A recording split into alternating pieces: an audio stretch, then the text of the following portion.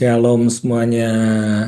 Thank you teman-teman semua yang sudah melayani. Senang banget ya karena satu perkara unity itu nggak bisa ditawar-tawar ke depan. Ya, kita perlu kekuatan dalam kebersamaan yang tulus.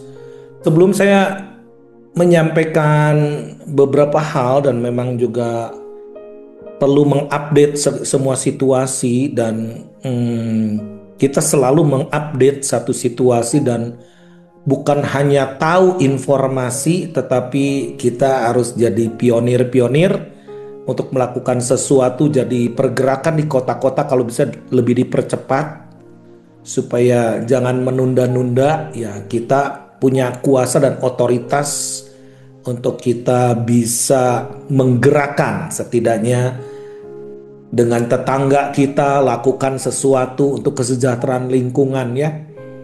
Saya Sama-sama. seharusnya pergi ke Israel, tetapi udah sampai di airport. Saya salah satu pembimbing rohani, bukan satu-satunya karena 3 bis waktu itu. Saya berdoa kepada Tuhan supaya ada keputusan yang tepat dan juga baik untuk kita semua. Nah, kita udah sampai di airport, sudah terima boarding pass dan udah waktu mau boarding. Ada ya gak waktu boarding banget sih, tapi satu jam lebih lah kurang lebih. Ada pengumuman bahwa pesawat di cancel terbang dan juga bandara ditutup.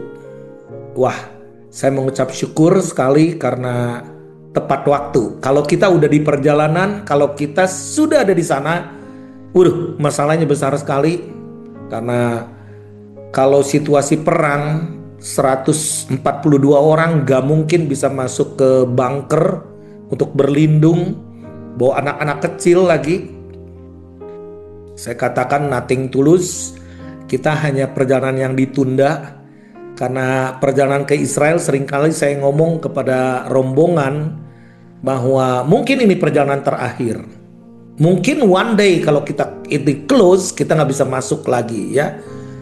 Tetapi bukan berarti kalau kita nggak ke sana berarti kita berdosa, berhutang, nggak ya. Tetapi ini karena favor aja ya, karena kemurahan Tuhan. Nah, hari ini saya mau berbicara mengenai satu topik high alert dan juga mengenai panicking day. Saya pernah waktu itu bicara sebelum COVID. Saya nggak ngerti kok ada judul namanya hari-hari panik. Nah, gitu kan. Nah, kita sebagai anak-anak Tuhan tentunya kita nggak bodoh. Kita ini diberikan hikmat karena Roh Kudus ada di dalam kita. Kita harus aware dan kita ini dipanggil oleh Tuhan untuk menyelamatkan, bukan sekedar kita diselamatkan. Aduh, bersyukur kita selamat gitu kan. Enggak, kita ini punya panggilan secara khusus, yaitu Yesaya 42 ayat 6. Aku memanggil engkau untuk maksud penyelamatan. Ya. Nah, hari ini kalau kita lihat dari berbagai sudut pandang di Indonesia khususnya, dalam hal ekonomi kita sedang bleeding. Kalau orang lagi di ICU ini butuh darah banyak. Ya, Menku Purbaya mengungkapkan bahwa defisit APBN per Februari yang lalu mencapai 135,7 triliun atau 0,53% terhadap PDB. Lebih besar dari realisasi Februari tahun 2025. Of course, gak bisa dibandingin dengan tahun kemarin yang sebesar 30,7 triliun atau 0,13 PDB. Jadi total belanja per 28 Februari mencapai 493,8 triliun, tumbuh 41,9%. Nah, pembiayaan sudah terrealisasi 164,2 triliun, tumbuh 33,2%. Sementara penerimaan negara hanya 358 triliun, tumbuh 12,8%. Dengan kinerja itu keseimbangan primer mengalami defisit 35,9 triliun. Belanja negara 493,8 triliun didominasi oleh belanja pemerintah pusat sebesar 345,1 triliun, naik 63,7%. Jadi rinciannya belanja kementerian lembaga itu 155 triliun tumbuh 85,5%, dan belanja non KL ya, non KL jadi non lembaga itu 191 triliun naiknya 49,4%. Lalu transfer ke daerah 147,7 triliun tumbuh 8,1%. Sementara penerimaan 358 triliun terutama dari penerimaan pajak 245,1 triliun. Serta kepabeanan dan cukai 44,9 triliun turun 14,7%. Dan penerimaan negara bukan pajak terkumpul 68 triliun merosot 11,4%. Jadi defisit, angka defisit real, total defisit 135,7 triliun. Nah, Bapak Ibu sekalian, kenapa saya mulai dari sini? Anda juga nggak bakalan hafal saya baca begini, tetapi biar mengerti saja bahwa kita akan masuk satu musim di mana minggu-minggu ke depan nggak mudah ya, untuk bayar THR pemerintah dan sebagainya, dan khususnya akibat perang dengan Selat Hormuz yang tertutup ya. Tapi puji Tuhan Indonesia memang harus punya spirit reconciliation sehingga 2 kapal tanker Pertamina boleh lewat gitu. Sementara itu 1.500 tanker gak bisa lewat ya. Nah, tetapi untuk belanja minyak itu, subsidi minyak. Saya nggak ngerti kalau di daerah-daerah itu bagaimana tuh, di Nias Barat, Pak Agustinus, terus dari Kalimantan. Karena saya dengar di kota-kota yang bukan kota besar, bukan ibu kota, itu sekarang sudah tidak punya BBM. Di sana udah pasoknya udah tersendat. Ngantrinya panjang. Bagaimana situasi di sana? Oke-oke saja? Di Nias Barat masih lancar, Pak. Lancar ya? Kalau Aceh? Bagaimana di Aceh? Oke, masih ada? Oke, daerah-daerah lain ya bersyukurlah ya, pasokan sih masih ada. Pasokan masih ada. Nah, ini masalahnya kan itu semua subsidi, dan Indonesia juga sekarang mulai mengimpor minyak itu dari Amerika. Cuman masalahnya di harga. Harga yang ditargetkan $70 per barel itu sekarang sudah mencapai 114, dan kalau mencapai 120 atau sampai 150, so what we gonna do? Pemerintah sudah nggak ada duit untuk subsidi untuk belanja itu. Nah, jadi ini kita lihat ini sangat serius sekali ya situasinya.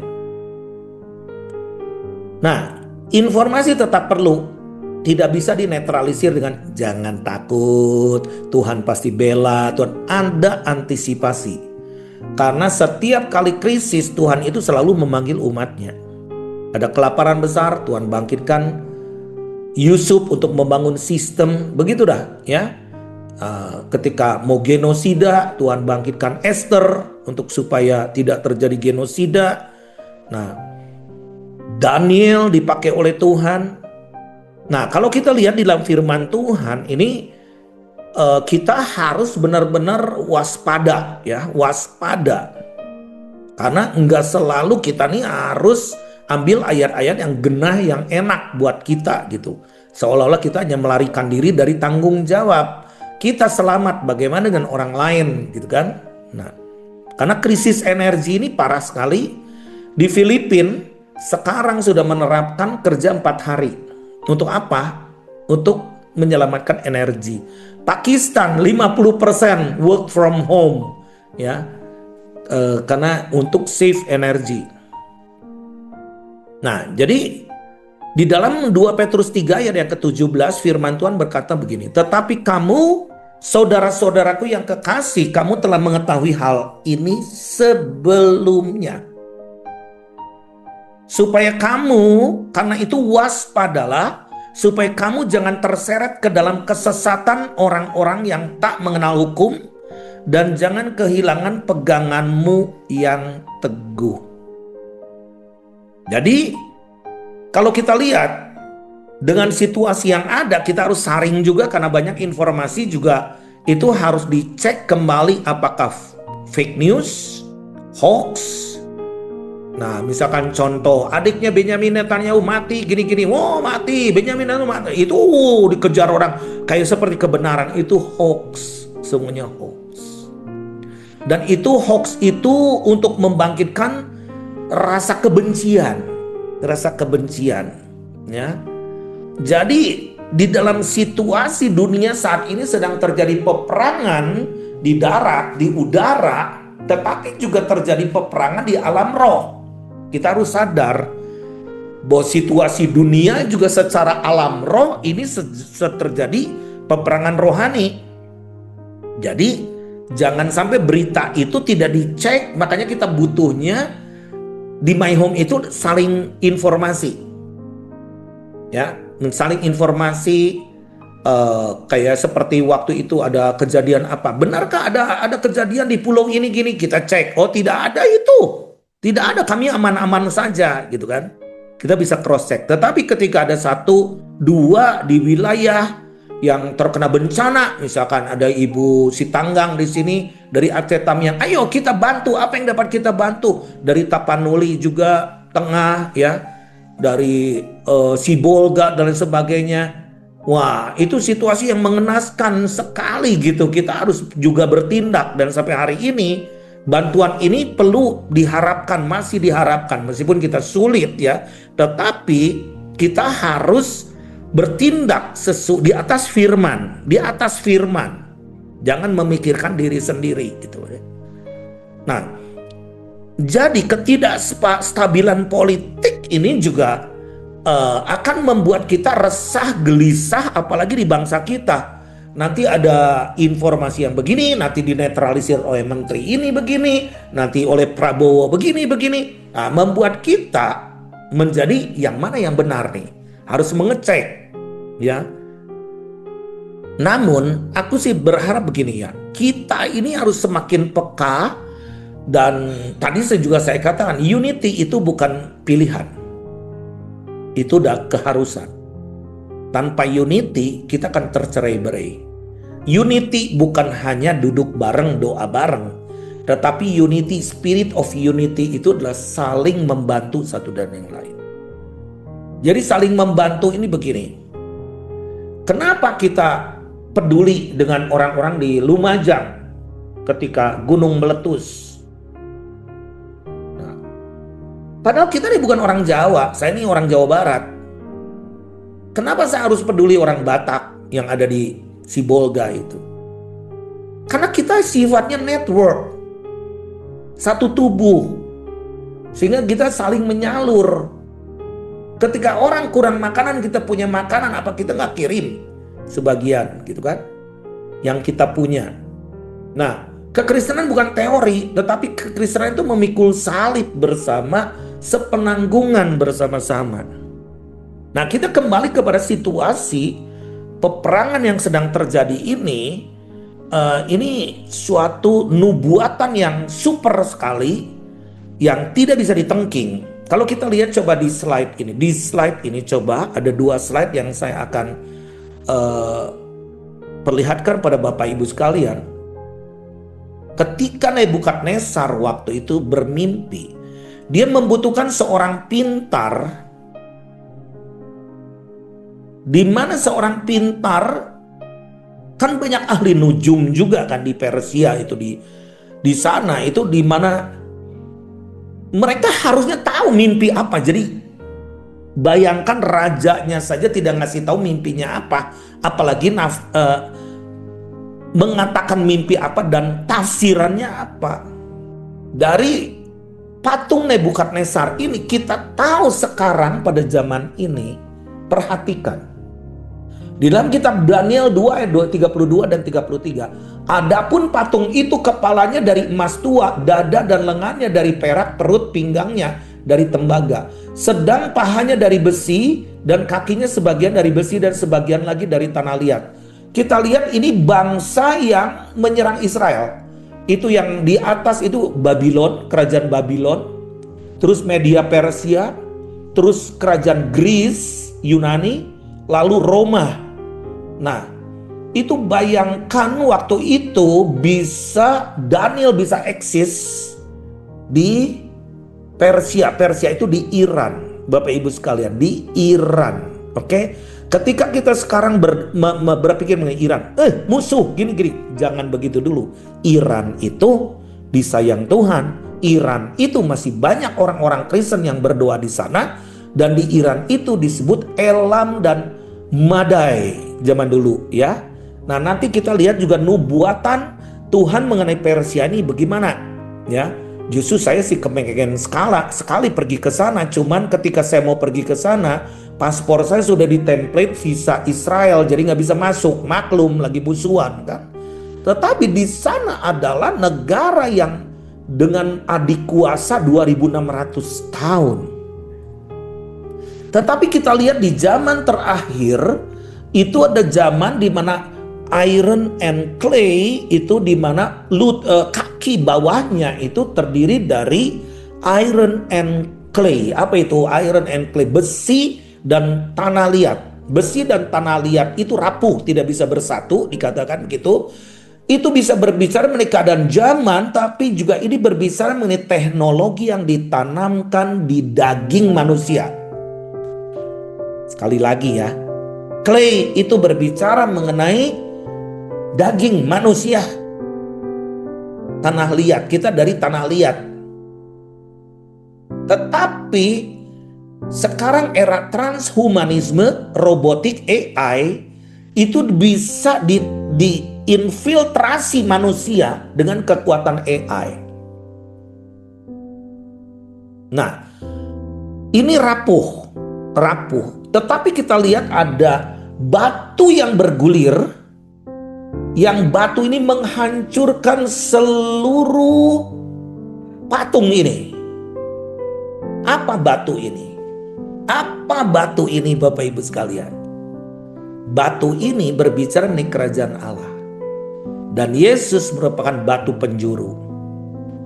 Jadi era ke depan, kita lihat ketika era teknologi, di akhir zaman kita, di era yang akhir ini, ada kekuatan yang menghancurkan. Nah, kita ada di kekuatan mana? Karena nanti era One World Order diinfiltrasi pakai sistem daripada teknologi juga. Ya, orang dibilang itu transhumanisme, transhumanisme yaitu manusia yang dicampur dengan robot, dengan AI. Nah, kita lihat slide kedua. Slide kedua kita lihat di sini ada 3 bagan.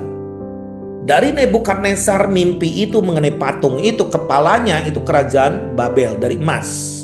Dada dan lengan itu perak, kerajaan Media Persia. Perut dan pinggang itu tembaga, itu kerajaan Yunani. Pahanya besi dan kerajaan Romawi. Nah, kalau kita lihat di dalam mimpi Daniel, itu di dalam Daniel 7 ayat 1 sampai 28, bagaimana ada binatang-binatang yang sebagai simbol itu. Emas itu kerajaan Babel itu berupa singa, itu tahun 625 sampai 539 sebelum Masehi. Lalu dada dan lengan itu kerajaan Media Persia itu beruang pada tahun 539 sampai 331 sebelum Masehi. Terus perut dan pinggang itu macan tutul, ya. Itu tahun 331 sampai 323 sebelum Masehi. Short aja di situ. Nah, tapi ada binatang yang menakutkan dan mendahsyatkan segala sesuatunya itu di tahun 300 sebelum Masehi sampai 476. Nah, maksudnya begini, Bapak Ibu sekalian, apa ke depan di dalam era yang sebagian kaki itu besi, sebagian kaki lagi tanah liat, itu bertanduk 10. Dan itu merupakan Eropa yang akan bangkit kembali.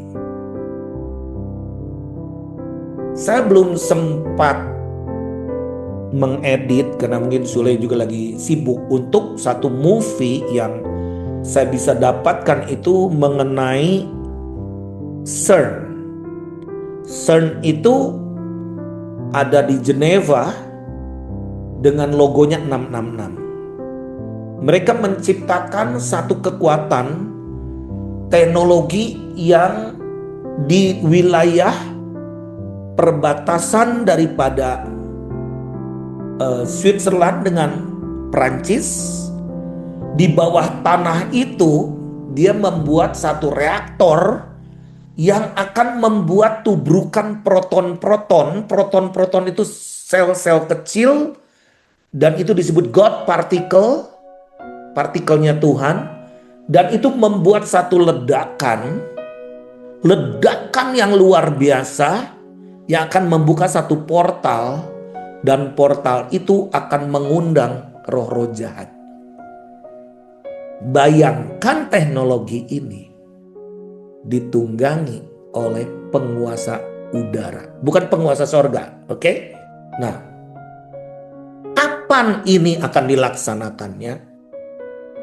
Tahun 2026. Nanti mungkin di sesi-sesi berikut saya akan kupas kembali bagaimana pengaruh setan sekarang itu bisa modern sekali dengan teknologi. Saya pernah ke sana, bahkan saya pernah juga ke Gotthard Tunnel. Gotthard Tunnel itu terowongan kereta cepat itu di Eropa itu. Bisa ritualnya pembukaannya pakai Lucifer. Itu ada di YouTube. Bapak Ibu kalau nggak sabar nunggu saya nanti buka di YouTube sendiri. Itu namanya Gotthard Tunnel. Gotthard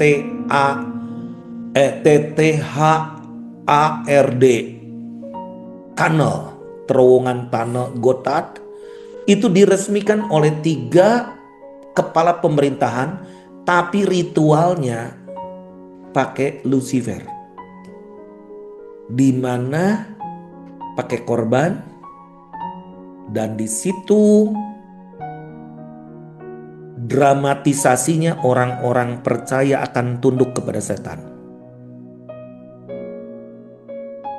Itu kereta api cepat ya di zaman akhir. Dan mereka pakai kekuatan setan. Jadi ketika lewat ke terowongan itu bolak-balik seperti wush gitu dari Jakarta ke Bandung. Nah, terkena sihir. Bayangkan manusia yang tidak punya Roh Kudus. Apa jadinya? Stres, bingung, marah, emosi. Jadi kalau kita lihat di bagian yang ketiga tadi, yang tadi itu ada bagian yang ketiganya. Itu di dalam kitab Daniel ada masa yang terhitung. 70 kali 7 masa. Daniel 7 ayat 27 sampai ayat 20 sampai 27. Daniel 9 ayat 20 sampai 27. Ada disebut itu, yang pertama adalah kerajaan Babel itu 7 kali 7 masa 49 tahun. Itu persis. Dengan adanya AI kita bisa ngitung Bapak Ibu sekalian tepatnya tanggal berapa tahun lamanya. Persis. Berarti hebatnya firman Tuhan itu. Lalu di dalam masa beruang itu apa? Itu Raja Artasasta itu yang memerintahkan pembangunan Yerusalem. Itu kitab Nehemia. Jadi Nehemia itu waktu itu ada di Persia, Iran. Jadi di Iran tuh masih ada kuburan Esther, kuburan Daniel masih ada. Nah, itu tanggal 14 Maret 445 sebelum Masehi. Kok bisa ya ngitung seperti ini sekarang? Dan semuanya tepat sekali. Nih, Saya bukan seminar akhir zaman. Lam Iliam mengikuti Saya bukan Anda. seminar. Apa artinya? Lam Iliam itu nama orang Cina mengikuti Anda. Iya itu, tolong di mute. Jadi itu ya, kalau kita lihat tahun-tahun ini ketika dihitung super tepat Bapak Ibu sekalian. Saya semakin hari semakin mempercayai firman Tuhan, gak percaya news. Semuanya temporary, bisa bohong, penafsiran dan sebagainya. Tetapi kalau kita lihat kerajaan Romawi waktu itu ketika zaman Yesus, itu zaman kerajaan Romawi. 62 kali 7 itu 434 tahun. Kapan? 396 sebelum Masehi sampai 32 Masehi. Yesus disalibkan.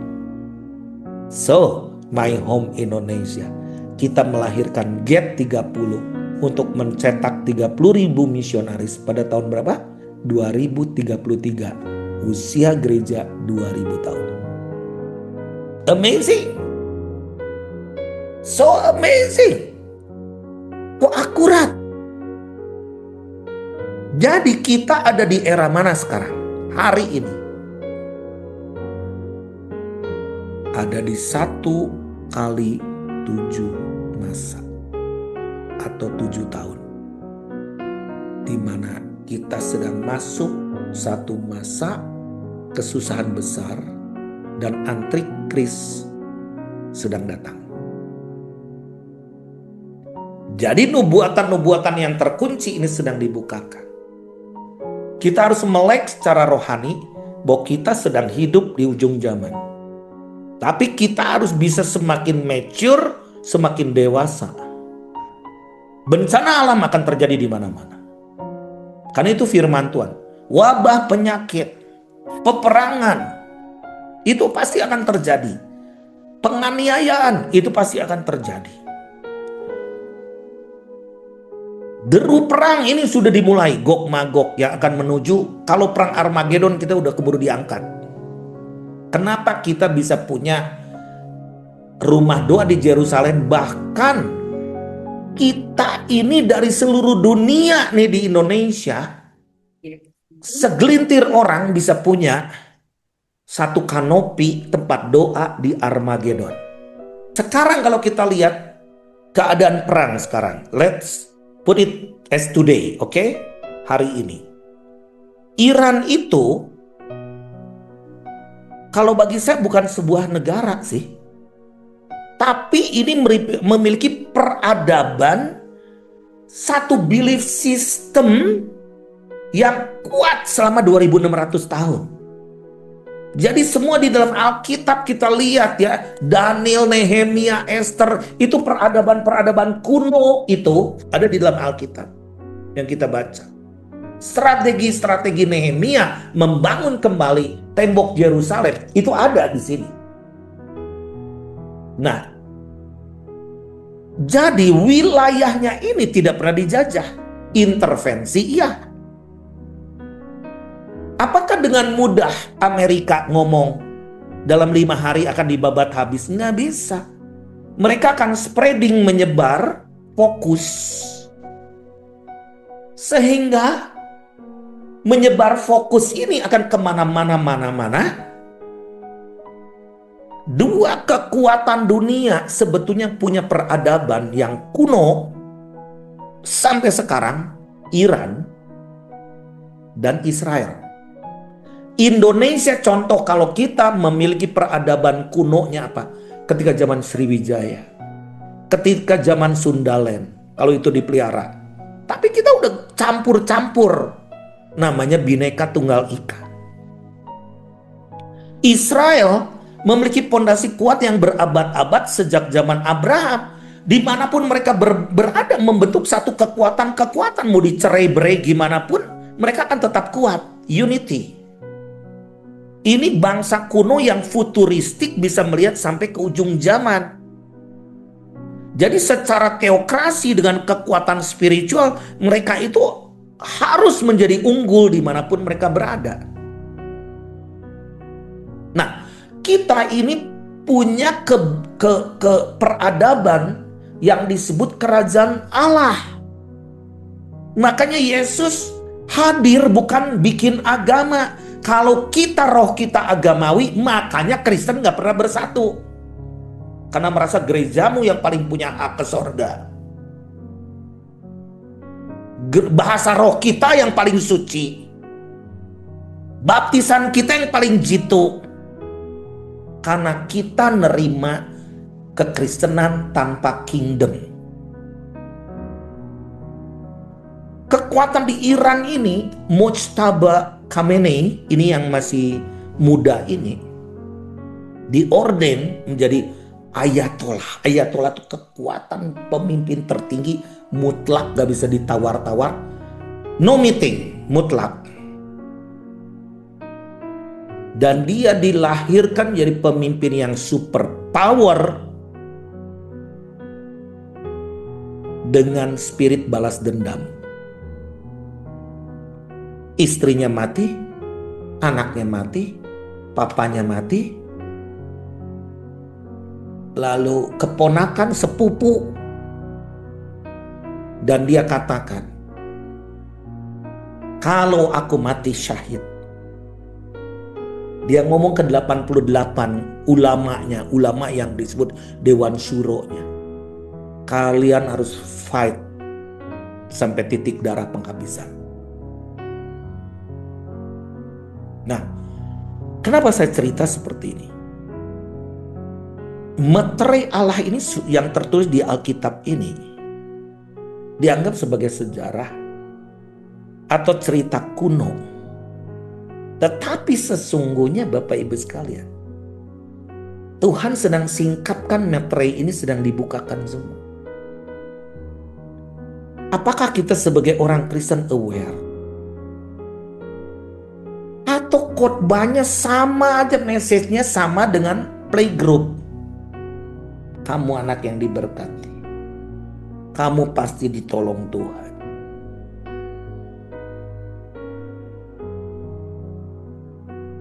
Kamu pasti dilindungi. Pasti dilindungi. Saya ke daerah bahaya kemana-mana. Dan saya dilindungi sampai sekarang.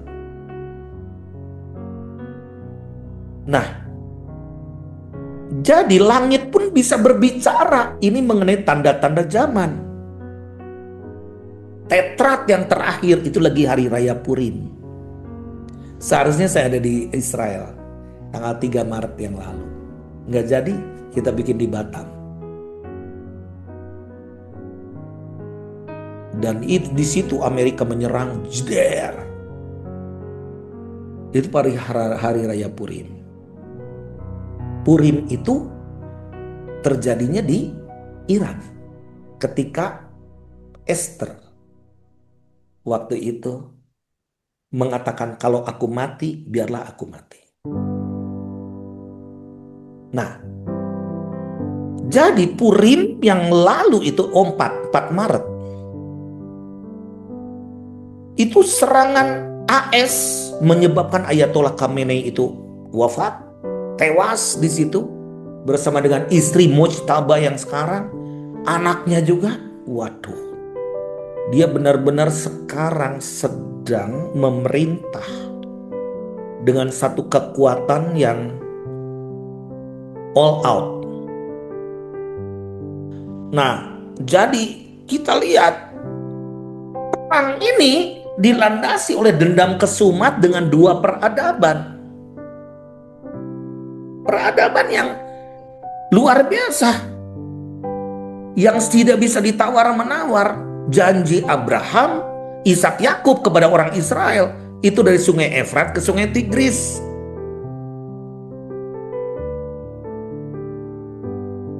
Nah, maksudnya jadi kita lihat di sini apa yang harus kita lakukan ke depan. Itu kita harus bisa mengerti sehingga kita tidak terombang-ambing dengan semua berita atau ketakutan, kebingungan yang sangat, bahwa sesuatu sedang terjadi, very urgent, sangat penting sekali, dan apa sebetulnya antisipasi kita ke depan. Karena rahasia ini Tuhan sedang singkapkan di dalam Kolose 1 ayat 25 sampai 27. Firman Tuhan berkata begini, aku telah menjadi pelayan jemaat itu sesuai dengan tugas yang dipercayakan Allah kepadaku untuk meneruskan firman-Nya dengan sepenuhnya kepada kamu, yaitu rahasia yang tersembunyi dari abad ke abad. Wow, rahasia yang tersembunyi dari abad ke abad dan dari turunan ke turunan, tapi yang sekarang dinyatakan kepada orang kudusnya. Sekarang dinyatakan kepada orang. Kapan dan siapa? Ayat 27, kepada mereka Allah mau memberitahukan betapa kaya dan mulianya rahasia itu di antara bangsa-bangsa lain, yaitu Kristus ada di tengah-tengah kamu, Kristus yang adalah pengharapan akan kemuliaan.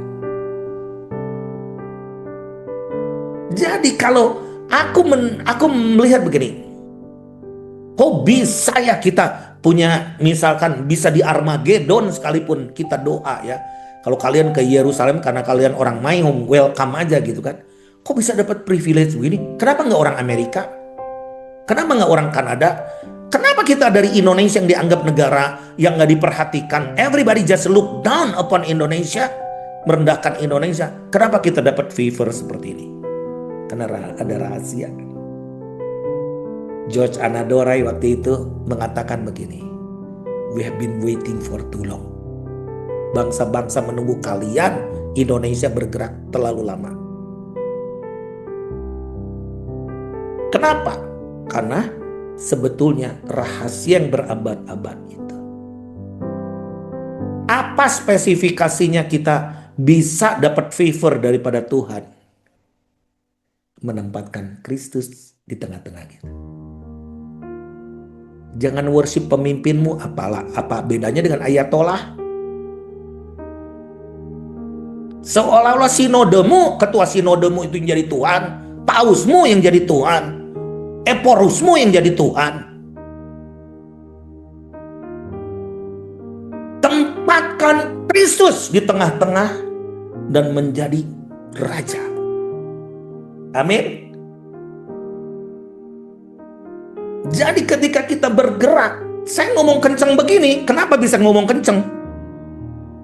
Karena I do not follow anybody. Ketika orang kemarin di Johor Bahru kumpul, di mana, di kemarin tuh di Tangerang, saya setiap hari ngumpul. Orang bilang doa. Ya saya mah nggak kurang doa, setiap hari juga saya doa. Dan saya doa tuh sambil ngumpulin dengan tenaga. Itu nanti di Los Angeles kita buat juga dengan, kita butuh $2.000, udah bisa puasa nggak? Oh nggak bisa, kalau orang Indonesia nggak mau doa kalau nggak ada makan. Astaga. Kata saya just kumpulin aja, nanti saya akan ngumpulin makanan juga. Dari beberapa teman, siapa yang bawa baso, siapa yang bawa lemper. Karena bagiku tugas penyelenggaraan ini penting sekali. Without unity, kita akan habis. Udah stop sampai di sini. You do it with your own church, okay?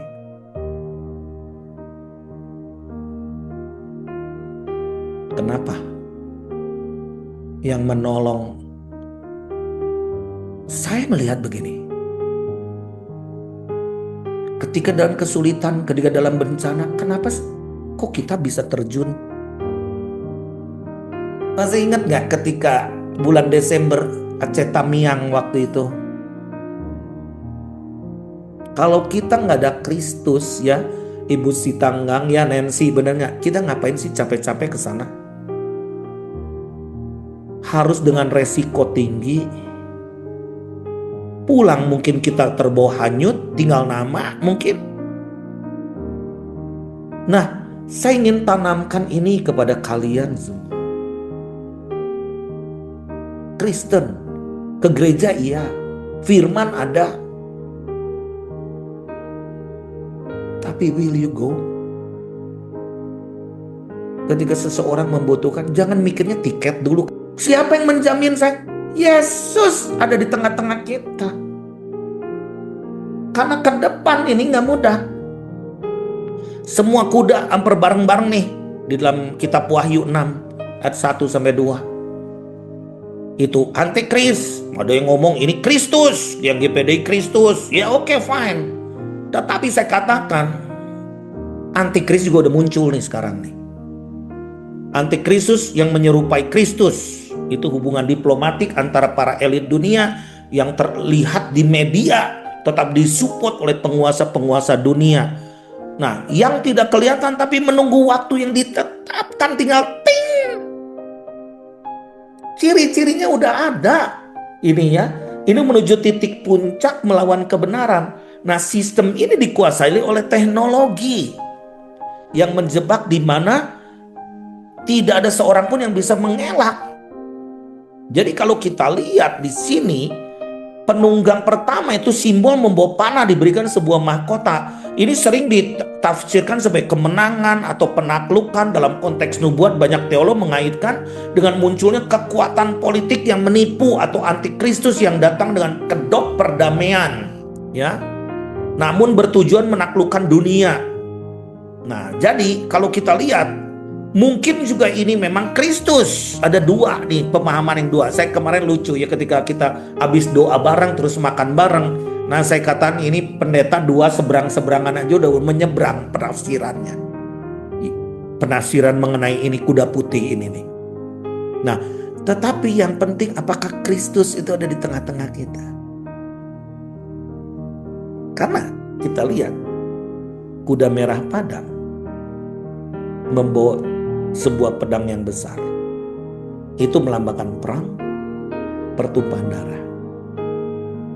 Tugasnya adalah mengambil perdamaian, mengambil shalom dari bumi, sehingga manusia saling membunuh. Ini menggambarkan kekacauan global dan konflik yang berkelanjutan. Jadi, siapa yang punya shalom? Kita. Saya begitu kebuka nih, saya mau pergi. Orang-orang di Iran udah pada teriak mereka, Pastor Dani, please come. Kita kalau worship tuh jangan dipikir di sana, waduh perang gini gimana ya? Enggak. Kayak di Indonesia kalau perangnya mungkin di daerah Kalimantan, sana di sininya aman, nggak ada masalah gitu kan. Tetapi emergency itu siaga. Nah, doa itu bukan ketakutan, tapi doa itu mengisi cawan. Kita nih harus ada effort setiap hari mengisi cawan. Kenapa? Kalau kita mendelay, menunda-nunda, bangsa kita amburadul, it's too late untuk kita teriak sama Tuhan.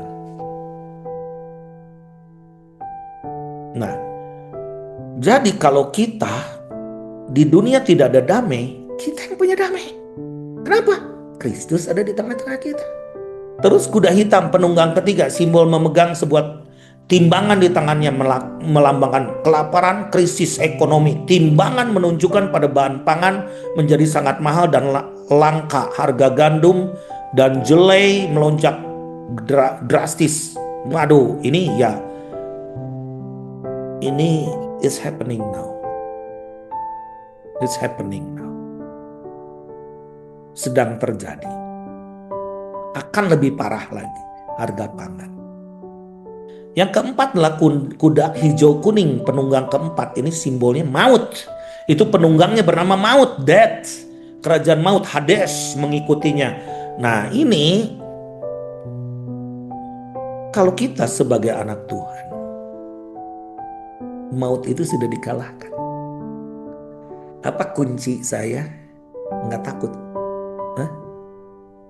Nah, jadi di sini ini nanti kelaparan, sampar, binatang buas itu kan virus sebetulnya kan, bukan binatang buas ya. Sekarang banyak ular, buaya di mana-mana. Bukan itu, tapi juga binatang buas itu, nyamuk aja binatang buas. Nah, we have to be very careful karena segala sesuatu terjadi di tahun ini. Namun kita melihat bahwa perkataan Yesus itu benar adanya. Aku ada di tengah-tengah. Alam maut sudah dikalahkan. Ya. Nah, jadi kalau kita lihat di sini, Apa yang terjadi dengan Iran? Kita berdoa seperti ini ya di dalam firman Tuhan, di dalam Yesaya 59 ayat 35. Firman Tuhan berkata begini. Beginilah firman Tuhan semesta alam, sesungguhnya aku mematahkan busur Elam. Elam itu Persia, Iran, yakni inti kekuatannya. Aku akan mendatangkan atas Elam keempat angin dari keempat penjuru langit, dan akan menyerahkan mereka ke segala mata angin ini, sehingga tidak ada bangsa yang tidak kedatangan orang-orang berserakan dari Elam. Aku akan membuat Elam terkejut di depan mata para musuhnya, dan di depan orang-orang yang berusaha mencabut nyawanya. Aku akan mendatangkan atasnya malapetaka, yakni murtaku yang menyala-nyala. Demikianlah firman Tuhan. Aku akan menyuruh pedang mengejar mereka sampai mereka kuhabiskan. Ayat 38, aku akan menaruh tahtaku. Wow. Kembali, Kristus ada di tengah-tengah. Aku akan menaruh tahtaku di Elam, dan aku akan membinasakan dari sana raja dan pemuka-pemuka. Demikianlah firman Tuhan. Tetapi di kemudian hari aku akan memulihkan keadaan Elam. Demikianlah firman Tuhan. Wow. Ini yang buat saya menjadi hope. Ngapain kita ke sana? Ada tahta Tuhan akan didirikan. Kenapa kita akan di sana? Karena Tuhan akan memulihkan keadaan Elam.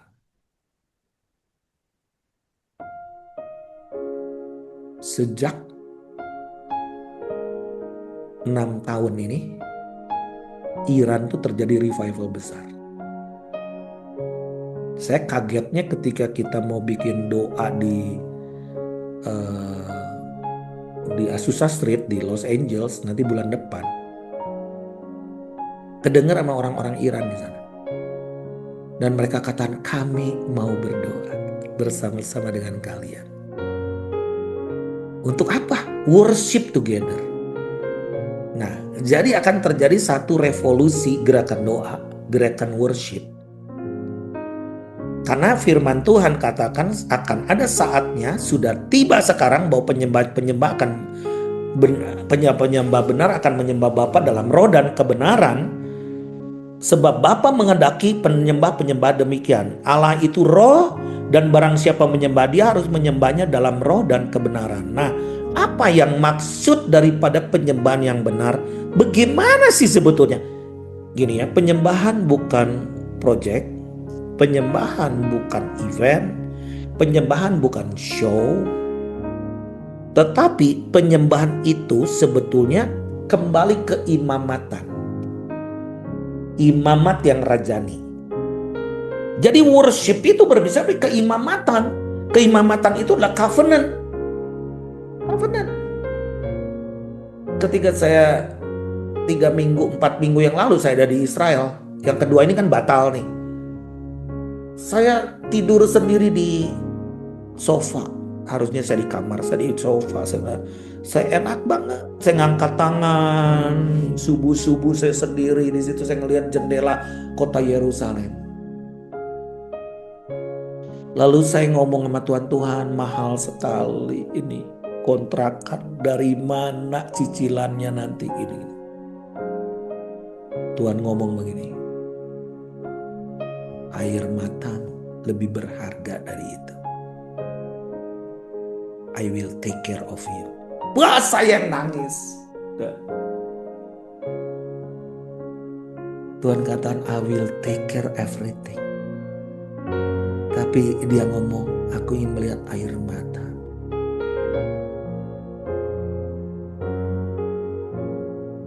Apakah di kota kita ada air mata? Covenant. Sacrifice. Worship itu pengorbanan. Worship keimamatan itu grafirat, standing in the gap. Lu gak mau, gua mau. Ketika saya waktu itu nginep di mana itu di Aceh Tamiang di Brandan gitu ya, kota kecil. Pertama masuk wilayah-wilayah kayak begini kan nggak suka ya gitu, nggak senang. Gitu. Kadang Tuhan bicara sama saya, nanya sama saya, do you love this city? Kau cinta nggak kota ini? Enggak lah Tuhan, aku cintanya Bandung kok. Tapi Tuhan ngomong, I love this city. Kenapa? Ibu si tangga, kenapa Tuhan ngomong, I love this city? Karena Tuhan bukan mencintai kotanya yang amburadul. Satu truk supaya gue nggak kelaparan. Emang kita mau makan satu truk sampai berkutu? Nah, kalau orang percaya, tetap berbagi dan mengandalkan Tuhan. Tetap berbagi. Love your neighbor. Tapi ketika kita mengalami Kristus, ada Kristus di tengah-tengah kita, ada shalom. Ada shalom di dalam diri kita. Dan ada suara mengatakan, don't be afraid, I'm with you. Mari kita tetap berjuang. Kalian pahlawan-pahlawannya Tuhan. Don't stop, oke?